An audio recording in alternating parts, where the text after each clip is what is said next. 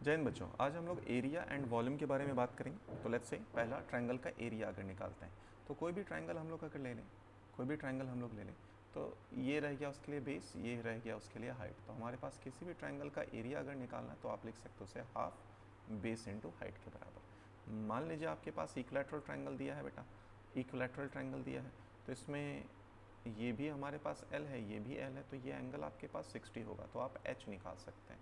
Basically आप देखें तो साइन 60 की वैल्यू आप H अपॉन L लिख सकते हैं। यहाँ से H की वैल्यू आ जाएगी L इंटू साइन 60। साइन 60 की वैल्यू है √3/2। तो यहाँ से अगर आप एरिया चाहें तो area is equal to half base is L और H की वैल्यू आप यहाँ पे पुट कर दीजिएगा तो आपको एरिया निकल आएगा। ठीक है, नेक्स्ट अगर मान लो हमारे पास ये बन गया,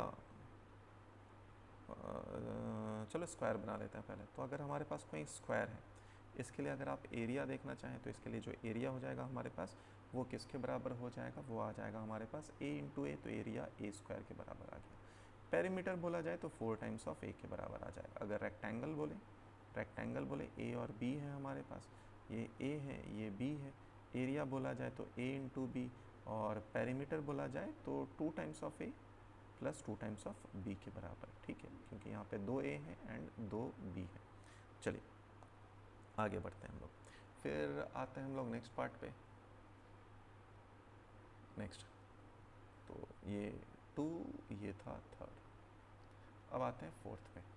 फोर्थ मान लीजिए हमारे पास सिलेंडर है कोई, तो ये सिलेंडर हो गया।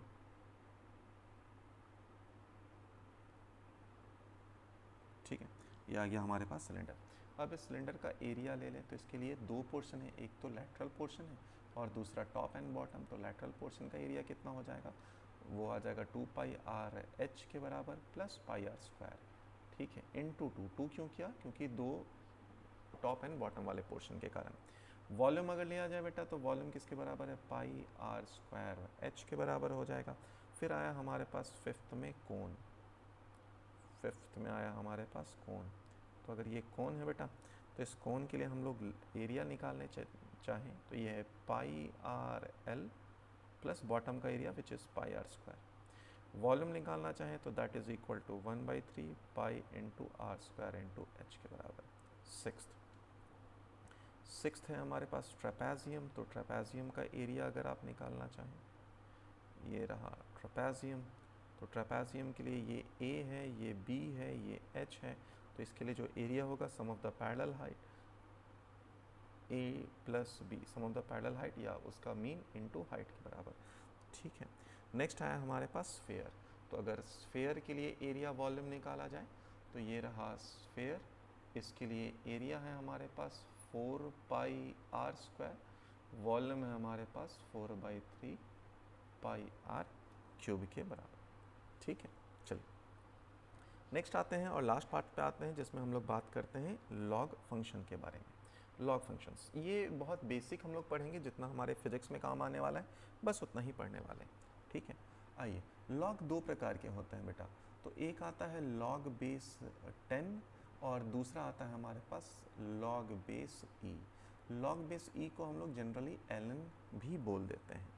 ठीक है, चलिए तो अगर हमारे पास लिखा हो कभी कि लॉग बेस ए, इसका मतलब क्या हुआ, अगर बेस और ये वेरिएबल भी सेम हो जाए तो इसकी वैल्यू 1 के बराबर होती है। विच मीन्स दैट अगर कभी लिखा हो हमारे पास लॉग बेस 10 तो इसकी वैल्यू 1 के बराबर हो। अगर लिखा हो लॉग बेस ई तो इन सब की वैल्यू किसके बराबर हो जाएगी, 1 के बराबर रहेगी। ठीक है, अच्छा लॉग लेते कैसे हैं बेटा, अगर ले हमारे पास कोई इक्वेशन है, लेट्स से a का power b is equal to C. तो अगर आप यहाँ से लॉग ले लें तो लॉग का बेस लेना पड़ेगा बेटा। तो आप क्या लिख सकते हैं, log base a, taking log base a। तो आप क्या लिख सकते हो, लॉग बेस a का power b is equal to log base a c के बराबर। अब देखो कुछ बातों को याद रखना, अभी अभी क्या बात किया, अगर बेस और वेरिएबल सेम हो तो वैल्यू 1 के बराबर आ जाती है। तो ये पूरी वैल्यू कितने के बराबर आ गई, 1। यानी कि यहाँ पर लिख सकते हैं b is equal to log base a into C के बराबर। ठीक है, अच्छा कुछ और बातें बेटा। तो अगर हम लोग लिखना चाहें लॉग ए बी या लिखना चाहें 1/√2 log बी ए, दोनों सेम बातें हैं, दोनों सेम बातें, ठीक है। इसका यूज़ हम लोग धीरे धीरे बाद में देखेंगे। फिलहाल कुछ और प्रॉपर्टीज़ पे अगर हम लोग नज़र डालें, कुछ और प्रॉपर्टीज़ पे नज़र डालें तो हम लोग क्या क्या बातें यहाँ पर बोल सकते हैं। तो लॉग की प्रॉपर्टीज़ है कि लॉग एक्स का पावर, कोई भी वेरिएबल हो, एक्स का पावर n को आप लिख सकते हैं लॉग x लिख सकते हैं, ठीक है। अगर लॉग a इंटू बी है, लॉग x इंटू वाई है, तो आप लिख सकते हैं log x plus log Y plus log Y. अगर आप डिवीजन कर रहे हैं तो log x बाई वाई कर रहे हैं, तो ये लिख सकते हैं log x minus log y के बराबर, ठीक है।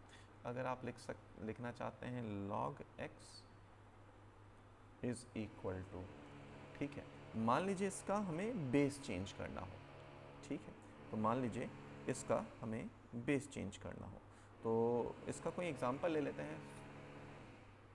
लेट्स से हमारे पास log का बेस a है और x है और हमें इसे log b में चेंज करना है, जिसका बेस b हो, तो हम लोग क्या लिख सकते हैं log, यहाँ पे आया base b x divided by log base b a के बराबर। अब देखो बेटा यहाँ वाला जरा इक्वेशन देखो, तो हम लोग क्या क्या बातें और लिख सकते हैं इसी को, log base b x into इसका inverse log a into B, ये भी हमारे पास प्रॉपर्टी, ठीक है।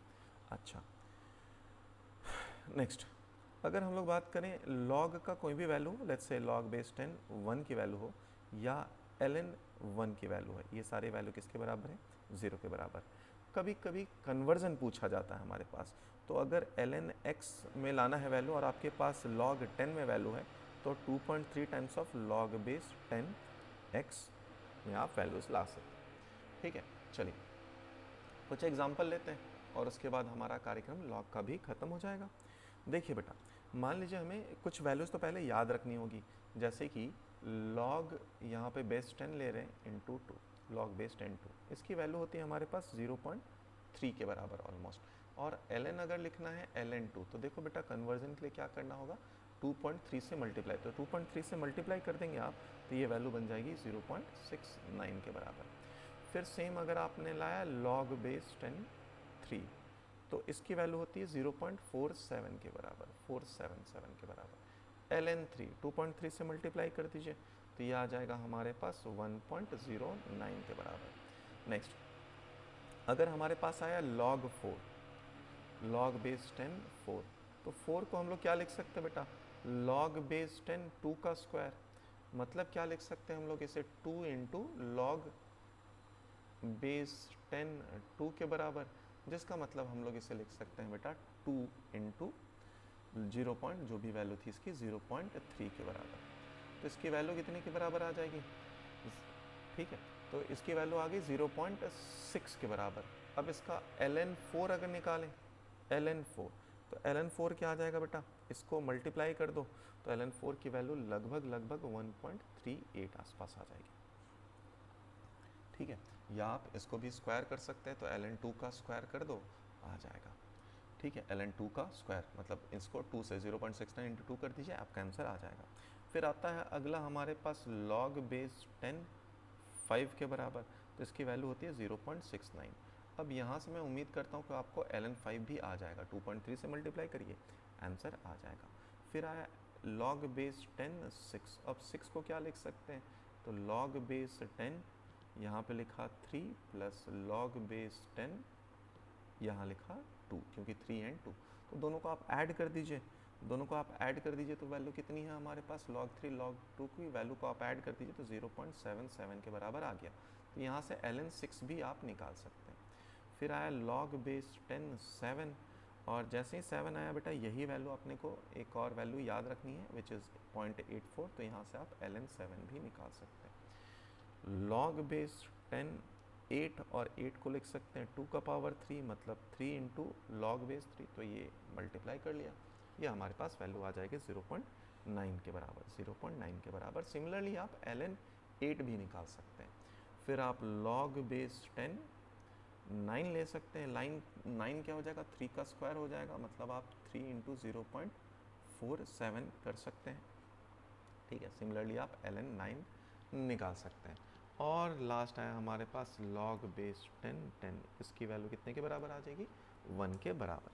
ठीक है, चलिए, तो आई होप आपको ये पूरा बेसिक मैथ्स समझ में आ गया होगा। ठीक है, तो मिलते हैं अगले लेक्चर्स में, तब तक के लिए बाय बाय, टेक केयर, धन्यवाद।